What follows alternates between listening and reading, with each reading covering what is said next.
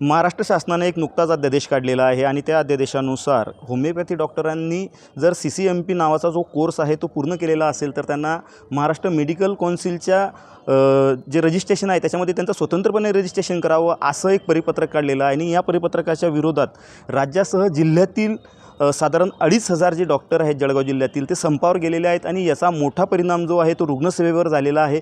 परंतु हे बंद पुकारण्यामागे डॉक्टरांची नेमकी भूमिका काय आहे हे जाणून घेण्यासाठी आपल्यासोबत जे आहेत जळगाव शहरातील नामवंत डॉक्टर्स आहेत, आपण त्यांच्याशी चर्चा करणार आहोत की त्यांचा नेमका या शासनाच्या परिपत्रकाला विरोध असण्याचं नेमकं कारण काय आहे। सर, काय सांगाल नेमकं या परिपत्रकाला आपला विरोध का आहे? या परिपत्रकात एक सांगता येईल की हा शासनाचा दुटप्पीपणा आहे। शासनाने 11 जुलै 2024 रोजी नोंदणीला स्पष्ट मनाई केली होती। आता अचानक घेतलेला U-टर्न धक्कादायक आणि निषेधार्ह आहे। न्यायालयाचा देखील याच्यामध्ये अवमान आहे, कारण हे प्रकरण सध्या मुंबई उच्च न्यायालयात न्यायप्रविष्ट आहे। न्यायालयाचा अंतिम निर्णय येण्याआधी शासनाने हा निर्णय घेणं कायदेशीर प्रक्रियेचा अपमान करण्यासारखं आहे। आधुनिक वैद्यक शास्त्राची अखंडता, रुग्णाच्या आरोग्याचं रक्षण करणं हे IMA आपले कर्तव्य समजतं। शासनाच्या या प्रतिगामी निर्णयाच्या निषेधार्थ आणि तो तात्काळ मागे घेण्याच्या मागणीसाठी हे आंदोलन करण्यात येत आहे। सर, नेमका हा जो CCMP कोर्स आहे आणि याच्यानंतर जी नोंदणी करण्याचे आदेश आहेत तर म्हणजे रुग्णसेवेवर याचा काय परिणाम होऊ शकतो, काय भीती काय आहे नेमकी आपल्याला? भीती अशी आहे की हा 1 वर्षाचा कोर्स आहे, त्याच्यामध्ये तुम्हाला clinical knowledge, treatment, management, side effects ह्याच्याबद्दल शिकवलं जात नाही 1 वर्षामध्ये आणि शेवटी नुकसान होणार आहे ते रुग्णांचं नुकसान होणार आहे। त्यामुळे जे चाललेलं आहे 4.5 वर्ष MBBS आणि 1 वर्ष इंटर्नशिप याला काहीही बदल करू नये। आणि होमिओपॅथी ही पूर्णपणे वेगळी ब्रांच आहे। जगात हा असा निर्णय कुठेच नाही आहे, हिंदुस्थानात कुठे निर्णय नाही आहे।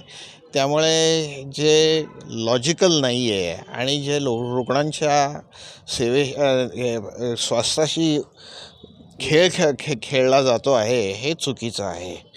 त्याच्या विरुद्ध आमचा हा संप आहे।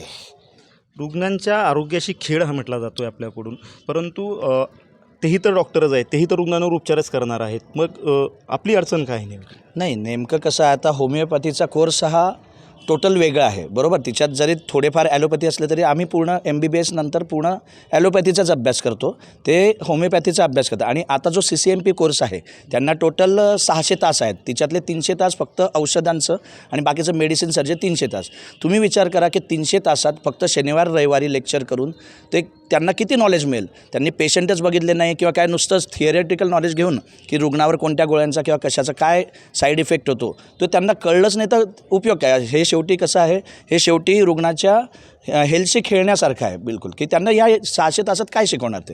आणि ते पण शनिवार रविवार जायचं, आले तर आले नाही तर नाही, तर हे चुकीचं आहे असं आमचं म्हणणं आहे। जरी ते 4.5 वर्षाचा कोर्स असला तरी त्यांनी ते होमिओपॅथी हे खूप चांगलं शास्त्र आहे। आमचं असं आहे म्हणणं आहे की त्यांनी त्यांचं शास्त्र हे करावं, आमच्यामध्ये येऊ नये। आणि दुसरं एक आहे की सरकारने जे नवीन रजिस्टरमध्ये एंट्री केली MMC त्यांचंसुद्धा कॉन्सिल आहे, त्यांनी त्यांच्या कॉन्सिलमध्ये हे करावी, नोंदणी करावी। आमच्या कॉन्सिलमध्ये हे रजिस्टर करण्यात म्हणजे एंट्री करण्यात येऊ नये त्यांचे, असं आमचं पूर्णपणे आहे आणि सरकारला तसं आम्ही निवेदन दिलेलं आहे। सर, काय सांगाल की आता समजा आज आपण आंदोलनाचा हत्यारूप असलेला आहे किंवा बंद पुकारलेला आहे, शासनाने जर आपली बाजू ऐकून घेतली नाही आणि निर्णय कायम ठेवला तर आपली पुढची भूमिका काय असणार आहे? आज निश्चितच आमचा ह्या गोष्टीला विरोध राहणार आहे।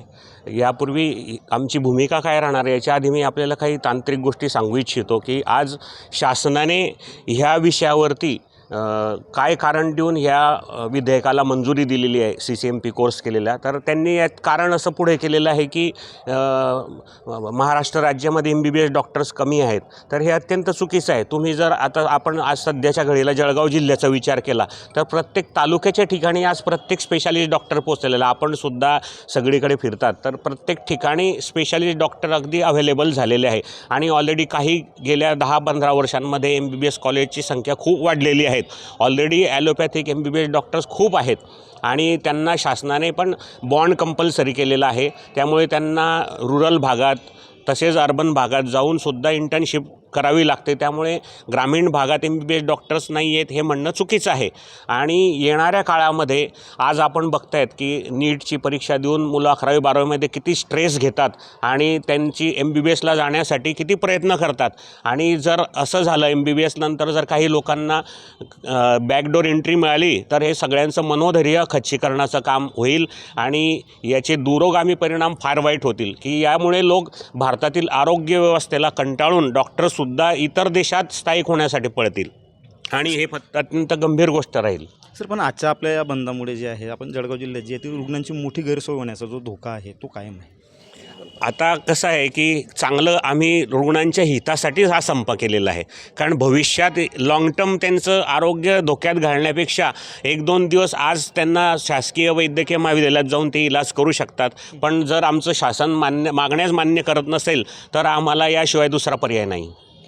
निश्चित जर शासन आमच्या मागण्या मान्य करणार नसेल तर बंद पुकारण्याशिवाय आमच्याकडे दुसरा पर्याय न होता आगामी काळात ह्या होमिओपॅथी डॉक्टरांना जे आहे ते मेडिकल काउन्सिलमध्ये जर त्यांचं रजिस्ट्रेशन झालं तर हा रुग्णसेवेशी खेळ असेल, त्यांचा जीव धोक्यात घालण्याचा प्रकार असेल. अवघ्या काही तासांचं जे कोर्सेस आहे ते केल्यानंतर जर त्यांना रुग्णालयावर उपचार करण्याची परवानगी देण्यात येत असेल तर त्यांना म्हणजे मुळात आपण ज्याला म्हणतो की रुग्णांना गोळ्या औषधी दिल्यानंतर जे साईड इफेक्ट होणार असतील त्याची त्यांना माहिती नसेल आणि हा रुग्णांच्या जीवाशी खेळ असेल आणि याच्यामुळे जळगावातीलच नव्हे तर देशभरातील जे डॉक्टर आहेत, महाराष्ट्रातील जे डॉक्टर आहेत ते इतर देशांमध्ये स्थलांतरित होऊ शकतात. हा धोका देखील या ठिकाणी डॉक्टरांनी वर्तवलेला आहे.